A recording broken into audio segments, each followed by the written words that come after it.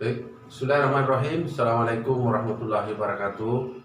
Selamat pagi, pagi. Baik, salam sejahtera untuk kita semua. Om Swastiastu, Namo Buddhaya, salam kebajikan.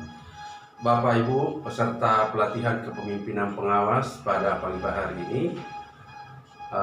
Hari ini saya akan membawakan mata diklat, yaitu materi perencanaan kegiatan pelayanan publik pada pelatihan kepemimpinan pengawas atau yang disingkat PKP. Mata diklat ini akan saya bawakan selama 9 jam pelajaran. Nah, 9 jam pelajaran ini tentunya nanti saya selama 405 menit lamanya. Baik, Bapak Ibu yang saya banggakan, sebelum saya masuk kepada materi pokok, ada beberapa hal yang perlu saya ingin sampaikan. Yang pertama, saya akan memperkenalkan diri sebagai fasilitator.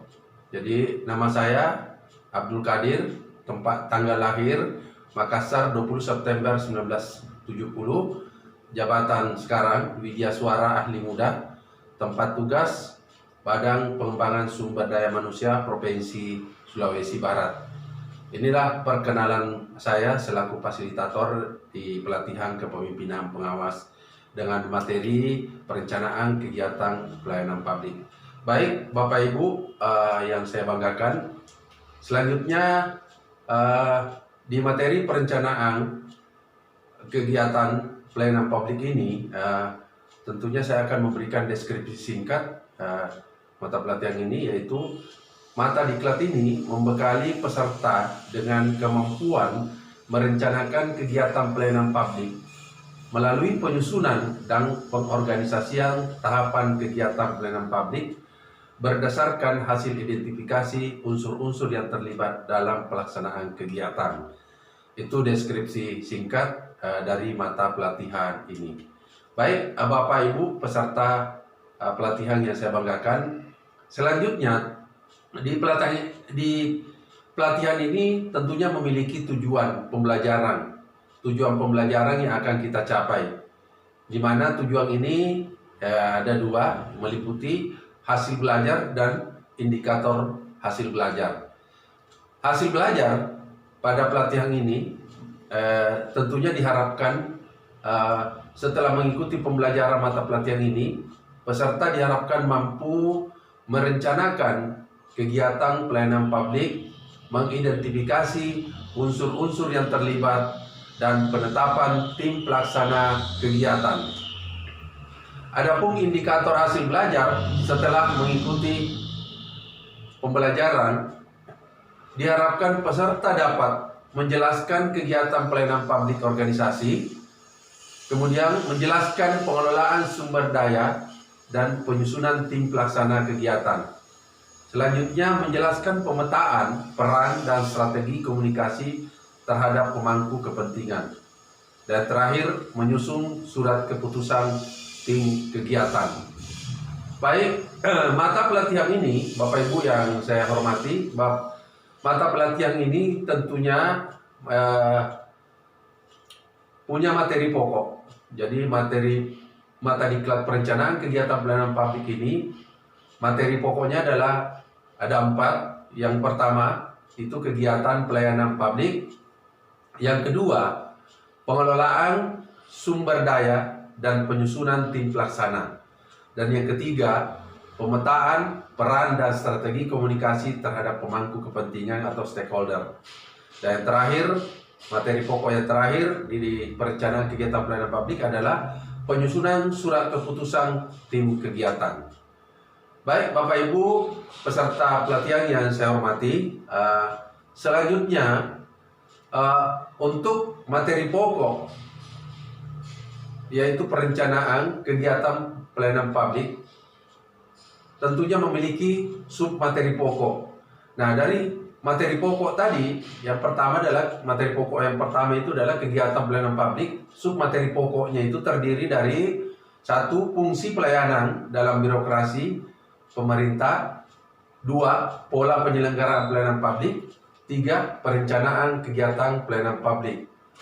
Dan materi kedua pengelolaan sumber daya, dan penyusunan tim pelaksana. Jadi submateri pokoknya terdiri dari pentingnya pengelolaan sumber daya dalam manajemen pelayanan publik. Yang kedua, penyusunan tim pelaksana.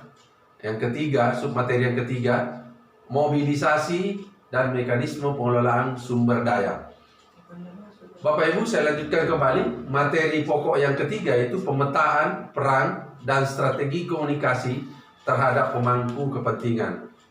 Submateri pokok itu terdiri dari identifikasi dan pemetaan stakeholder. Yang kedua, analisis peran dan kepentingan stakeholder.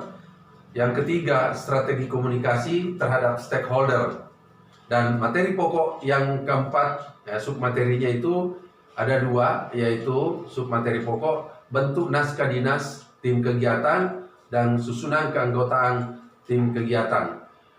Itu tadi submateri pokok dari keempat materi pokok di pelatihan perencanaan kegiatan pelayanan publik. Baik Bapak Ibu yang saya hormati, saya lanjut kembali bahwa di dalam proses pembelajaran ini tentunya saya akan gunakan metode pembelajaran.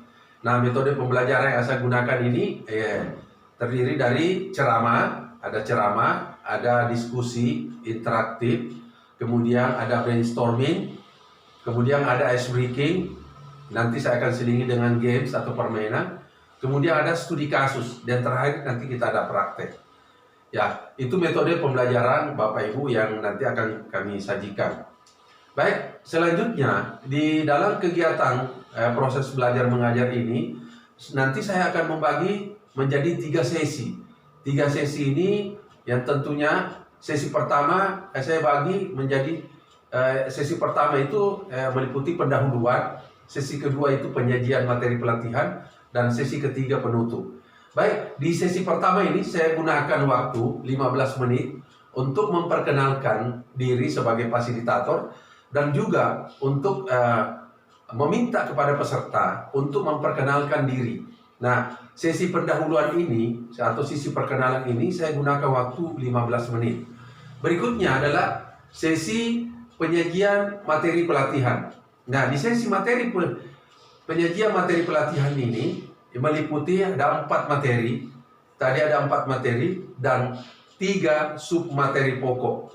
Dari keempat materi pokok dan 3 submateri pokok ini, nanti saya akan membagi waktu, karena saya memiliki waktu sebanyak 360 menit.